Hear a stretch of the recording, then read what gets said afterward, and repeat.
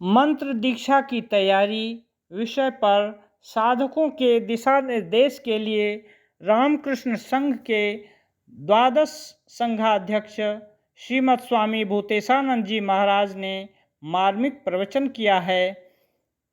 प्रस्तुत है उसका द्वितीय अंश। मंत्र दीक्षा की तैयारी।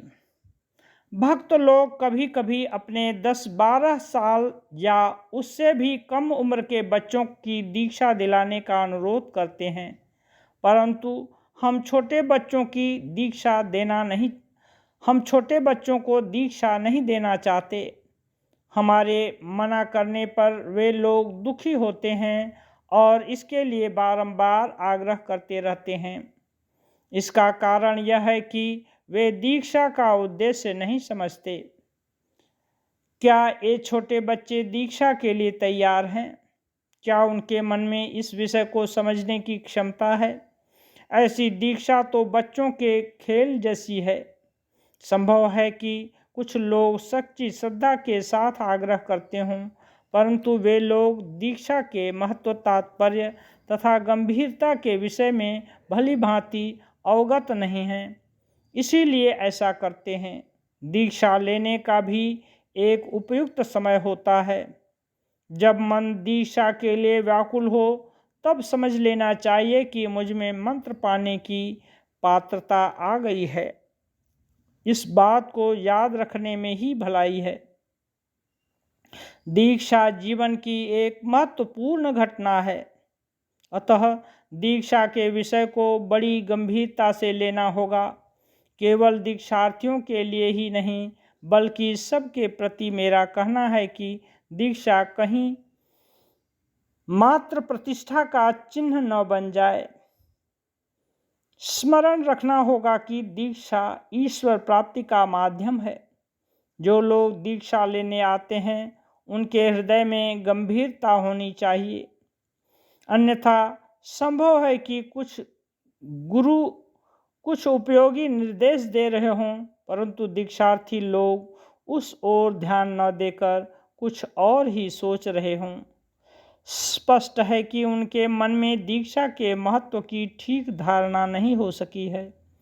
दीक्षा जीवन की एक अत्यंत महत्वपूर्ण घटना है। यह बात भूल जाएं तो दीक्षा की सार्थकता सिद्ध नहीं हो सकती। जीवन में अनेक बार हमें प्रतिकूल परिस्थितियों के बीच से होकर गुजरना पड़ता है। इन्हें अवश्य दूर करना होगा, परंतु इसके लिए इच्छा तथा मनोबल कहाँ से मिलेगा? पूरी तैयारी के साथ दीक्षा लेने पर दीक्षा से ही वह शक्ति मिल जाती है।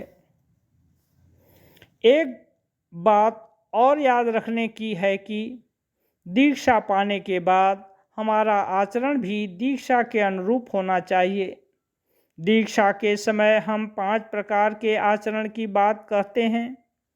ये बातें गोपनीय नहीं हैं, सभी के लिए इन्हें जानना आवश्यक है। आचरण यदि शुद्ध नहीं होगा तो भगवान की ओर नहीं जा सकोगे, अतः भगवान की ओर जाने के लिए आचरण शुद्ध होना आवश्यक है। हम बहुधा सुनते हैं कि हमारे लिए शुद्ध आहार आवश्यक है। इसका क्या तात्पर्य है? क्या तात्पर्य घी डालने से ही आहार शुद्ध हो जाएगा? ऐसी बात नहीं। क्या पर्याप्त घी डालने से ही आहार शुद्ध हो जाएगा? ऐसी बात नहीं, बल्कि शरीर के लिए उपयोगी सात्विक आहार को शुद्ध आहार कहते हैं। शास्त्रों में ऐसा ही बताया गया है। जो भोजन शरीर तथा मन के पोषण के लिए उपयोगी हो उसे यथेष्ट मात्रा में ग्रहण करना होगा। तात्पर्य यह है कि हमें लोभ बस नहीं, बल्कि इसलिए खाना है कि भोजन हमारे तन मन को पुष्ट करेगा और ऐसे पुष्ट शरीर मन को हम भगवत चिंतन में लगाएंगे।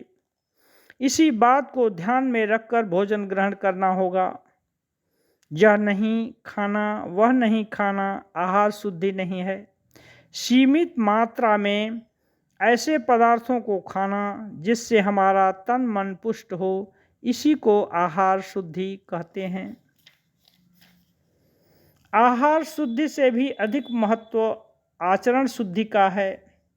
इन्हीं 5 आचरणों की बात हम कहने जा रहे हैं। प्रथम, हमें सबके कल्याण की कामना करनी चाहिए। कभी ऐसा कार्य या किसी के साथ ऐसा व्यवहार नहीं करना चाहिए जिससे किसी का अनिष्ट हो या किसी के शरीर या मन को क्षति पहुँचे। शास्त्र अहिंसा की बात कहते हैं। अहिंसा का अर्थ है किसी के शरीर तथा मन को कष्ट न देना, किसी का अहित न सोचना तथा किसी को हानि न पहुंचाना, तन मन तथा वाणी से इन सब का पालन करना। दूसरा, सत्य को सर्वदा पकड़े रहना होगा। इस प्रकार पकड़े रहना होगा कि किसी भी परिस्थिति में हम सत्य से विचलित न हों। ध्यान रहे कि हम कभी झूठ का सहारा न लें और कोई वचन देने पर उसे अवश्य पूरा करें। श्री राम कृष्ण कहते हैं कि सत्य बोलना ही कलियुग की तपस्या है। वे यह भी कहते हैं कि जो व्यक्ति सत्य को पकड़े रहता है वह मानो भगवान की गोद में सोया रहता है। सर्वदा सत्य का पालन आसान नहीं है। सत्य के लिए हमें अपने जीवन में बहुत सा त्याग स्वीकार करना पड़ता है। यह सहज नहीं है, तथापि हम यह न भूलें कि यही हमारे जीवन का आदर्श है। तीसरा, हम किसी के साथ किसी तरह की धोखाधड़ी या ठगी न करें। किसी को धोखा देकर कुछ हासिल न करें। दूसरों से हम उतना ही लें जितना न्याय संगत हो। लोगों के साथ व्यवहार की सच्चाई साधना में सहायक है। चौथा, हमें अपनी इंद्रियों द्वारा परिचालित न होकर उन्हें अपने वश में रखना होगा। हमें केवल 1 या 2 नहीं बल्कि समस्त इंद्रियों का संयम करना होगा। वह भी साधन पथ के लिए अत्यंत उपयोगी है। पांचवा, हमारे जीवन का उद्देश्य ईश्वर का स्मरण करना और उन्हें प्राप्त करना है। हमारा जीवन सहज, सरल तथा स्वाभाविक हो।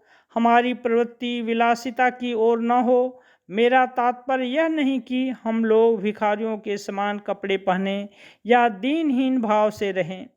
हमें केवल इतना ही देखना होगा कि कम से कम कितनी चीज़ों से हमारा काम चल सकता है।